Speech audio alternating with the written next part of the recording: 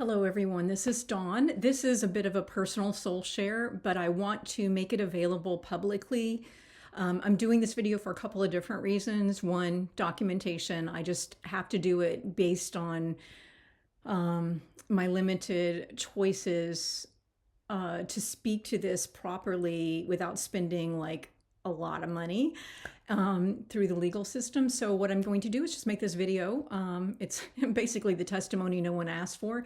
So there's the personal aspect, but there's also a more service component to this video because I don't see a lot of people speaking to this when they're not in the throes of the victimization that occurs around mental health. This video is about it's about awareness of how mental health is weaponized and used against people for a variety of reasons, and how that there's a crossover of that with the legal system, and there's an egregious lack of responsibility in that system, perhaps for many reasons that I won't go into in this video.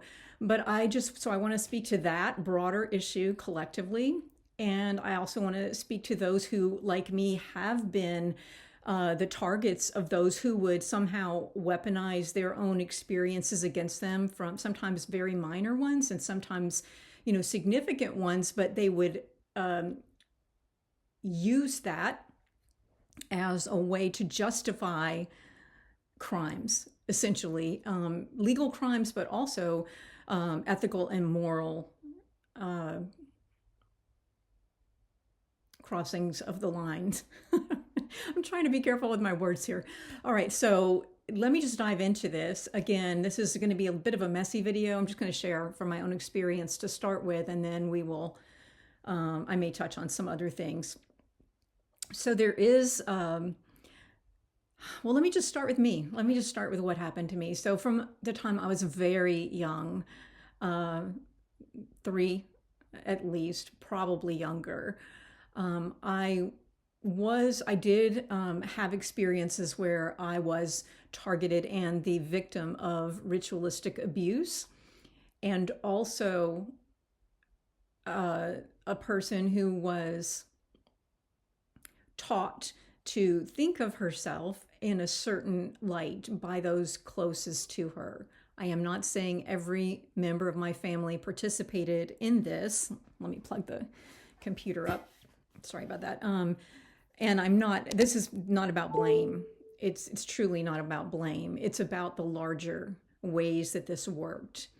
And I think it's a significant issue in our society, definitely in my culture in the United States of America, and as it pertains to our legal system. I do believe that there are laws in place, but I haven't researched that. And if there are not, there should be. And if there are, and they simply are not being adhered to for a variety of reasons within that system, then that needs to be cleaned up. And that is why the larger issue of why I'm speaking to this more publicly. So, as a child, because I was victimized, in terms of sexual abuse and other kinds of emotional manipulation, one of the ways that was made possible was common over-the-counter drugs that were administered to me and others that I was witness to. And as I grew a bit more aware, so that was beginning when I was very young, but as I grew a bit more aware, like I can remember, for example, when I was 5 and 6, that began happening in my own home, and maybe it was happening in my own home from before then. And it confused me as a child because I very much loved my father, and I was wanting to believe that my mother loved me and that my father loved me. And there was just a lot of confusion because my soul was always very awake, I suppose you could say, as I talked about that elsewhere. And yeah, so I saw this happening and I never quite understood. And I think there are probably pieces missing for me with regard to the motive for that or what actually was happening beyond what I do remember of the more the victimization from others outside my home. And I really don't know if my parents, one or both of them, were at all aware of that. I just don't know. But what I do know is I was administered these over the counter drugs in my home. And, one example of that was, you know, like, okay, so let me back up. I thought that when I was that age, 5 or 6, when I saw it happening, I thought that it must have something to do with the abuse. And I mean, I didn't think this through like logically as I would now, but I did connect it. However, in actuality, I think it was more sinister than that. Whatever was happening with these over-the-counter drugs that were administered, and perhaps other things that I'm not aware of, and also situations I was placed in other people's homes where there was other activity going on. I do not think my parents were at all complicit in that, but I think there was something larger at play. That's what I'm saying here. And let me give you an example. So once when I was 6, I had chickenpox, and right at the tail end of that, for reasons unknown to me, there was a situation set up where I was given another over-the-counter medication, not the usual one, but another one. And then suddenly, out of the blue, there was all this, I read energy, and so there was all this tension, which I was very accustomed to, although I never quite understood, still don't really understand what was that about. I have my theory that it was about my father's job, but I don't know that. I don't know. It also, my difficult relationship was definitely with my mother. So I just don't know what the source of it was. But I had the chicken pox. I was at the tail end of it. And there was this tension in the air, although it was like my father and I were like, playing and kind of laughing. And then there was a situation set up where they did give me this over-the-counter medication, and it was too much, and I knew it was too much. And my assumption at that time was they were trying to drug me, and then whatever would happen with whatever. But again, I think it was broader than that, because on this occasion they administered that, kind of forced it into me, and I protested, but they didn't I just want to be clear, they weren't abusing me, like shoving it down my throat, but they were coercing or forcing me to take the medication. And then after I took it, I probably did have some altered state or something, and I remember them both suddenly shifting. That tension finally shifted, right? And I could feel it. And then right after it shifted, energetically, there were these, oh, you're acting crazy. You're acting crazy. We better take her to the hospital. I can remember it vividly, this whole scene that unfolded. And my younger brothers were very young at this point. One was a baby and the other one was like maybe 3. And so they did take me to the hospital. And I remember being cognizant enough that I heard this conversation occurring between my parents and the doctor. And it was just bizarre. And I remember thinking, what is happening here? But in any case, my father's military, so we were at a military hospital. And I really believe they took me to the hospital so it could be documented. Now I believe this. I didn't know at the time. And so the medical reason in my records was, possible allergic reaction, along, of course, with, and I don't know if this is in the medical records because I recently tried to get my medical records aside.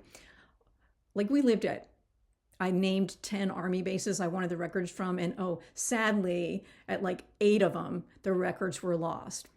Imagine that. Okay, so back to what happened when I was 6. So I remember hearing the doctor, of course, give my parents the recommendation based on what they were saying, which was not true.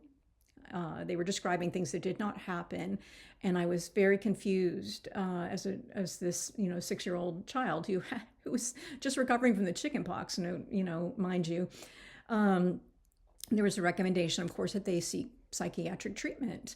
Again, nothing new. And I'm not going to speak to that here, but yeah, there were other things earlier. Like it was a setup from the beginning.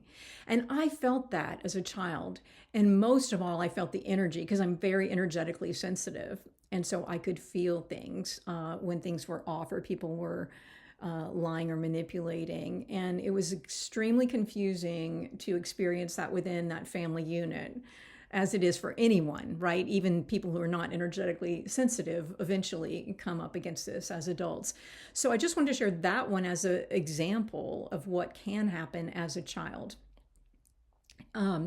So that is one way that mental health is weaponized against people from an early age at times. And then that, of course, provides evidence for later acts. Again, I have my suspicions of maybe the tie to some of those early things that occurred in my home and in school, because of course then what happens is they tell the school to watch out for, in case.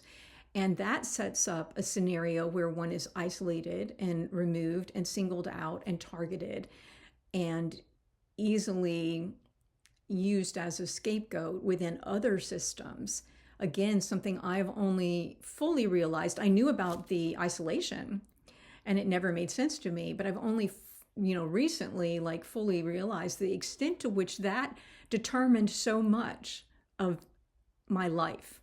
The opportunities I was afforded, the stories, it made it easier, right, for people to perpetuate this large story. Again, I still don't have the details on why that was the case, but I know it was. So that's just one example. And that's an example that is particularly egregious because, it preys on a child and on innocence. All right, let me skip forward to adults, ways that this happens. And I've seen it now so many times with other people, not just myself. But here's an example. So I have never in my life had an addiction to any substance, no alcohol, no drugs. I could tell you a fun story about alcohol, but I really rarely drink. I mean, I'm not opposed to it, particularly not for other people, but it was a choice I made when I was 16 or 17, I believe. And, but I've never had any addiction to any substance. And yet there have been stories perpetuated by literally groups of people that I have some kind of addiction problem. Not accurate. The way that has been made possible is because I have chosen a path that's very different, where I walk, primarily alone. And even when I've been in a relationship, one longstanding relationship, it has been my choice to stay, pretty quiet, and I'm not a big socializer. That's by choice. I do actually love people and social situations. And yet this decision to walk a different path has been used as evidence against me because I choose not to socialize and do the same things that other people do, especially in my 20s, 30s, 40s even. That has been used against me. And I saw it happening, but I didn't care. I should have cared because over time, I didn't know at all that anything had been introduced legally, and I still don't have proof or evidence of that, to be clear. But I do know it happened. And so over time, it just at the time when I felt it happening, and then when I heard it filtered back to me just in gossipy kind of ways, nothing direct that I could, cite. It stung, but I didn't care. Why should I care? Fine, say what you want. That was my attitude. And that's most people's attitude. And I think in general, that's probably, a good strategy. But I will say that because it became easier and easier for these circles of people to do this, and it was likely introduced into, if not possibly the legal system, but if not the legal system, certainly social networks and social situations, community, church, those kinds of things, networks, professional settings. So again, I have never had any at all substance issue. It's just by choice, like I haven't. But yet that is something, a story that has been perpetuated for literally decades. Another example in terms of more direct mental health, straightforward mental health, is that there have been instances where my own family, and I mean extended family here as well as my immediate family, have like told this story that I was depressed over and over and over again. They've said this. And I literally have been through 2 periods of depression in my life that lasted more than a couple of days of feeling down. I'm talking like serious depression. 2 examples of that. One was 40 years ago, and this for about 2 or 3 months, and when I was in college. And then the second was 2 decades ago, 20 years ago. And yet, as recently as this month, and certainly over recent years, there has been this story perpetuated. This it's literally, it's so insane to watch it happen and to feel it, because I do feel things. It's like, again, something that just is so not based in reality, that my inclination has been just to push it away. And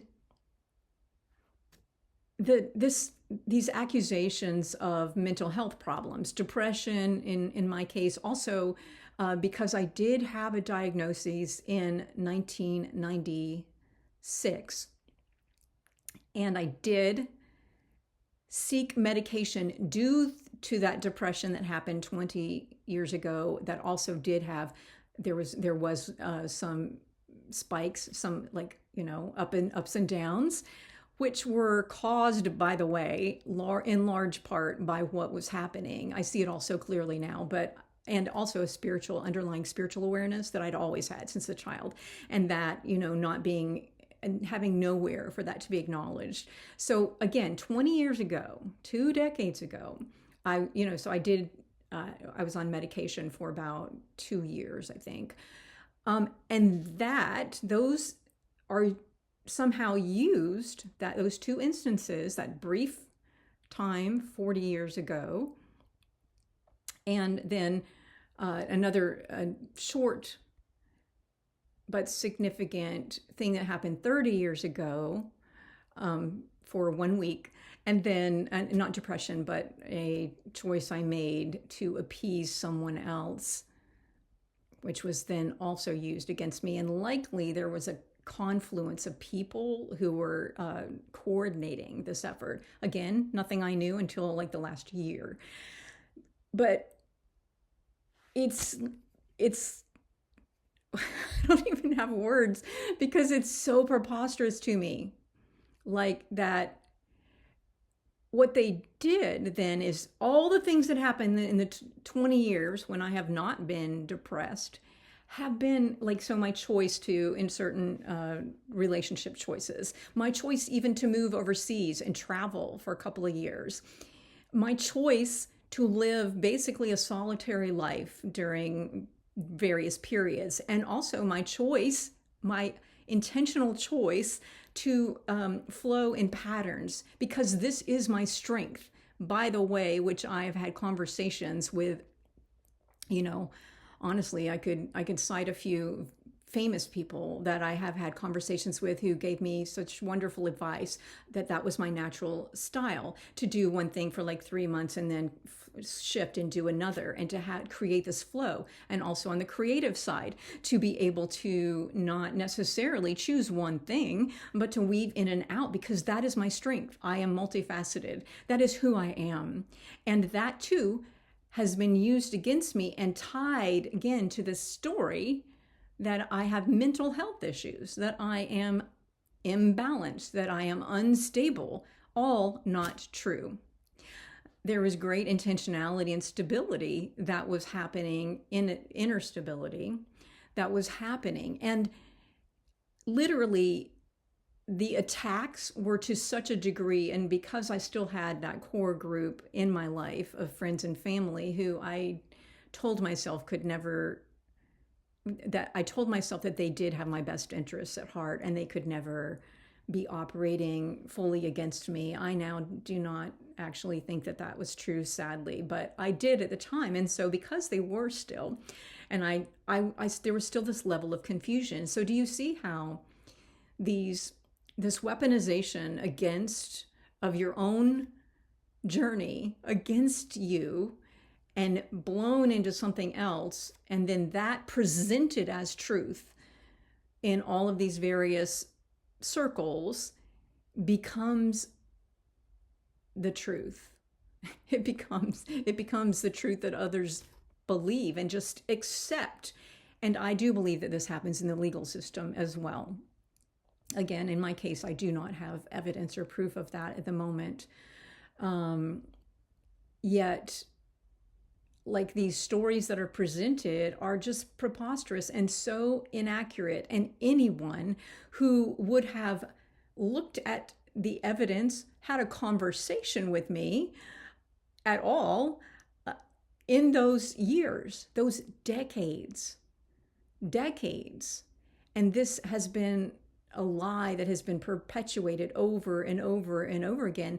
In my case, you might ask, like, well, why didn't you confront it? Well, in my case, it started, 30 years ago, and it started with another series of groups, namely my professional circles at the time, church, and other networks that were connected to what happened in terms of me losing my job, if you want to say that's what happened. I don't even know how to speak to that, but it's been something that, like, a long time ago, I decided, well, fine, hundreds of people. And I thought at the time, that was like so crazy. It would make me look crazy to say it. It did. I did say it, actually, and it did make me look a little bit unhinged, but that wasn't the case. And again, anyone who would have interacted with me or looked at what I was building. Now, I did keep all of that quiet because my focus, the only thing that was public is what I was actually doing when I was employed at various very short times, when I was employed by a corporation or an organization. And even with my business, there was only a certain kind of business that was public, and that was, the things I chose to make public. I didn't think, what law is there that you must report to, all people in the universe about how you're using your time? There is none. And yet that too is weaponized against people. And that does have to do with mental health, because what those who have an interest to do so for whatever their reason is, whether it's just, spite, which I have seen happen. In my case, I don't think it was ever just spite, maybe in a few cases, but generally speaking, I think the weaponization in terms of these large groups of people against me was for a purpose that I didn't see clearly until recently. But in any case, this does happen, and it becomes just this weird thing that takes on a life of its own.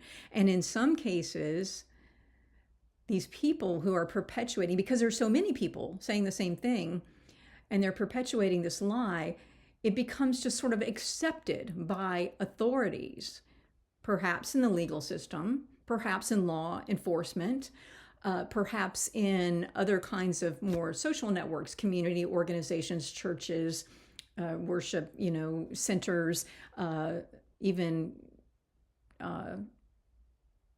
like fraternal organizations. I've seen that happen, or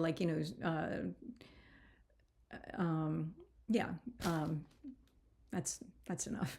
There are other examples that get a little more dark, but I think that makes the point. So, all of these things in my own personal experience have been things that I have just wanted to ignore, and yet they have been, again, perpetuated, and these things have the false accusations have not only allowed these people to do things that are potentially illegal and also offensive in terms of how we treat one another in this reality, and a violation of spiritual law and sacred law, which is, a part of my larger purpose as a human in this reality right now. And I'll speak to that part separately. There's a tie-in here to some of the recent things I've been sharing that I will speak to in a separate video in a separate place. But, it's important to note that in my case, all of these stories that are woven together, a lot of them have been premeditated on the part of others. I can give you an example of like right now, because I can read energy and I see what's happening. And right now, there's like this, and I don't know if these are actual conversations or just energetically people are feeling this. So no shade thrown. Not saying that these actual conversations have occurred, but I do know energetically that it is the truth. There are these subtle, it's an energy that runs through people. It's a spirit that is not authentic to who those individuals are, or it is something that's willfully chosen by them to bring into this reality. And what happens is those, kind of weave together. And there's this current thinking of those who would make themselves my enemies in my personal example, to use my choice to step into new opportunities, which I haven't even done yet, but they're thinking this right now.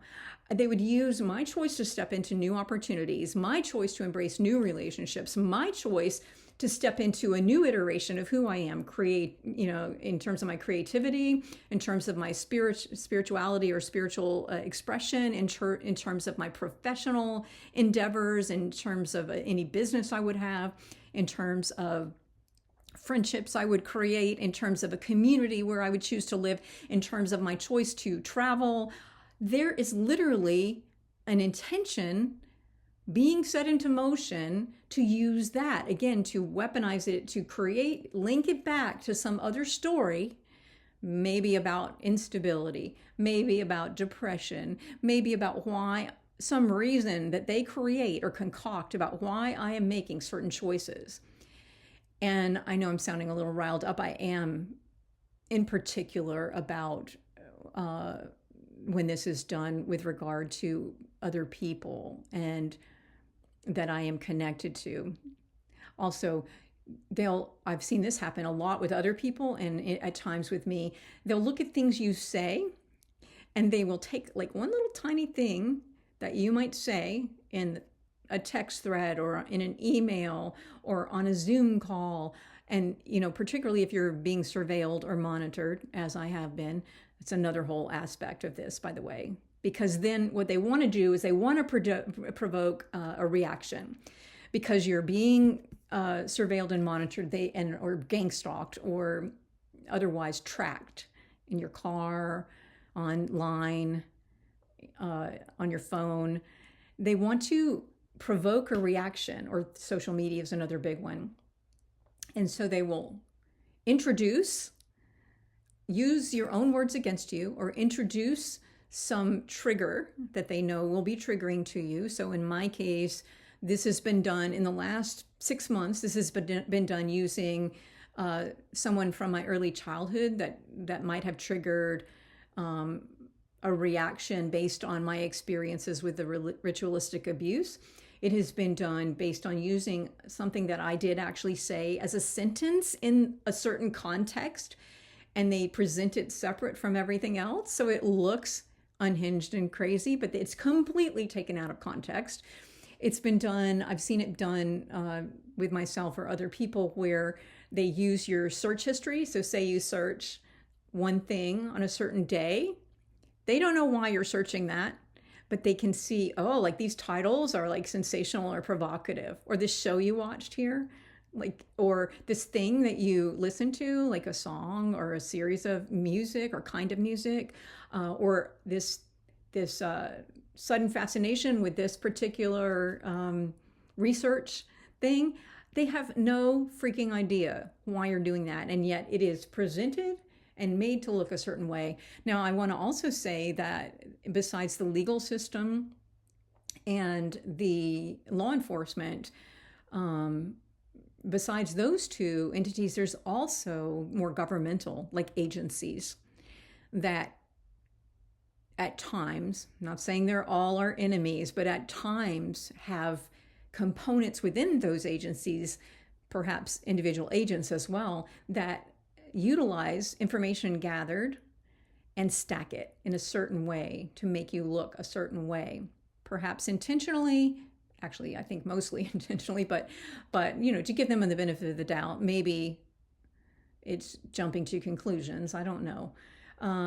But there's that, the whole government. Healthcare is a place where most definitely this happens in terms of the weaponization of mental health and physical health also. I have seen that happen. And I don't even want to go there at the moment because that's a whole different thing. Not so much with me, but I've seen it happen to those I've been close to.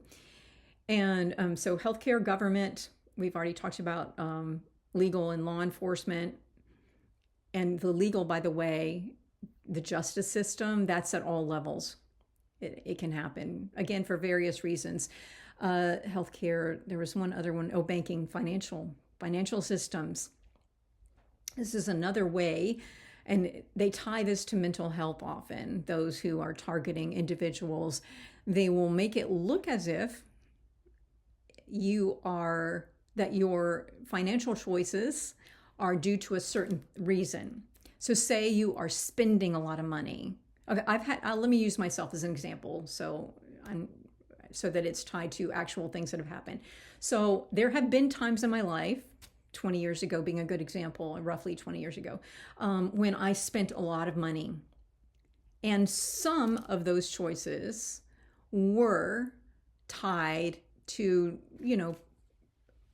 less than well-informed decisions, like let's say where I spent $300 that I didn't have on a specific thing. Although I could make an argument of why, but in any case, let's just say that wasn't warranted because I was having other financial issues. Again, something is very common in our culture with people who have no mental health issues, but that's used, right, to work against you. Likewise, the exact opposite has been used to work against me. So that's one case, one thing that was used against me. Look at these expenditures. Oh, careless spending. Therefore, she needs help. She's not stable. And then the opposite has been used against me. I chose to not spend. I chose when I had a big chunk of money to put it in a certain place that I deemed best for me and my life, and I chose not to spend money to whatever. I have been told, like, why haven't you bought a new car? Why haven't you done what X person would have wanted you to do? Why are you living the way you're living? It's nobody's business, but that too has been used against me to create and concoct a version of me that is not true. And that has been presented to various groups of people and perhaps introduced into systems. So that's another way that mental health is weaponized against us. I think that I'm going to stop there because I don't want this video to be too long. I hope that, something here has been helpful. Again, I did this, partly for my own, own purposes, but I do think that there's needs to be more discussion of these things because they're very nuanced. And I think that the people that are the most affected by these kinds of, it's really abuse of all the systems. It's definitely a violation of spiritual law. And it also is,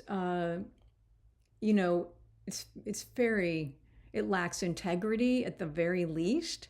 And it is an abuse of, again, all of these systems where it happens, whether that's legal, law enforcement, government, healthcare, financial systems, and many more. Education, that was another example for me, where these there was just like these subtle things said to various, I moved a lot growing up, and so various places we would live, oh yeah, keep an eye on Dawn. And not just by one person, by the way, not just by one person. It became like this thing that had a life of its own.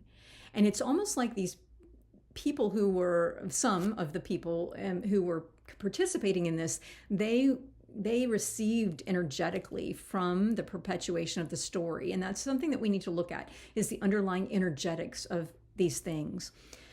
And again, I wanted to make this video, for my own purposes, but also to share it, because I think we need to have these conversations a little more in terms of what actually break it down. And other people can do this better than me in terms of breaking it down into sequentially how this happens, how the tactics and strategies on the other side are used in various ways. And then, of course, the participating systems, because that's what it is. It's a web. It's webs of deceit and disillusionment. And often when those are used against an individual, there is at the root of that more than just, some default operational easy system that is perpetuated for no reason. Often there is some form of, there's a deliberate gain, an actual gain for either some of the individuals or all of the people who are perpetuating that. Sometimes it's easily traced back to greed. Other times it's easily traced back to to antagonistic action against that individual because of the light they carry, because of the love they embody, because of the actual mental clarity that they have. It's very interesting if you really look at it. And I think we need to have more conversations around this. So I will, I'll leave it there. But,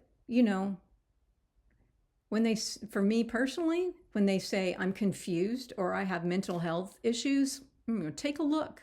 Take a look. I'm angry about what has been done to me and many, many others. Make no mistake, I am. I think in my own case, when I became aware of how pervasive and how long-standing this has been, and the threads were, even when separated out, were easily seen for what they are, yeah, it should not exist.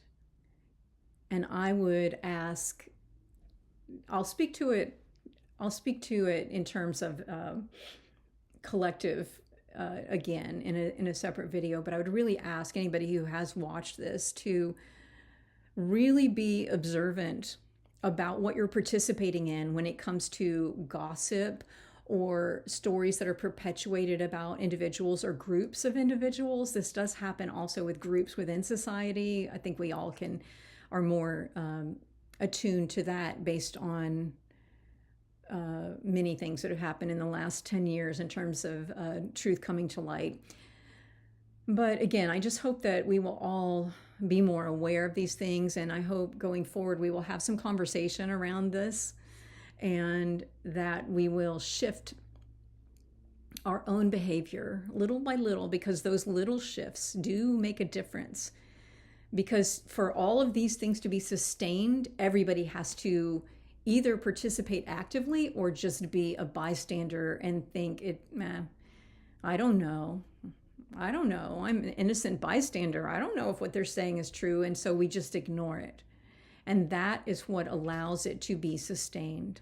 So, all right. Lots of love. Thank you for listening if you have, and take care. Okay.